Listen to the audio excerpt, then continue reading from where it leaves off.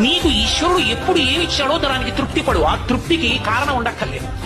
ఆకలి సరిగ్గా లేదని 1000 రూపాయల మందులు వేసుకుని ఏడుస్తున్న వాళ్ళు కోట్ల మంది ఉన్నారు. వేల పట్టున ఆకలిస్తోంది, సంతోషించు.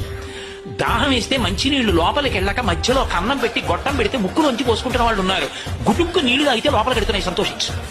రాత్రి తిని పడుకుంటే పొద్దుడికి కడుపులో పోట్లు వచ్చి జీర్ణం అవక ఏడుస్తున్న వాళ్ళు 1,00,000 మంది ఉన్నారు.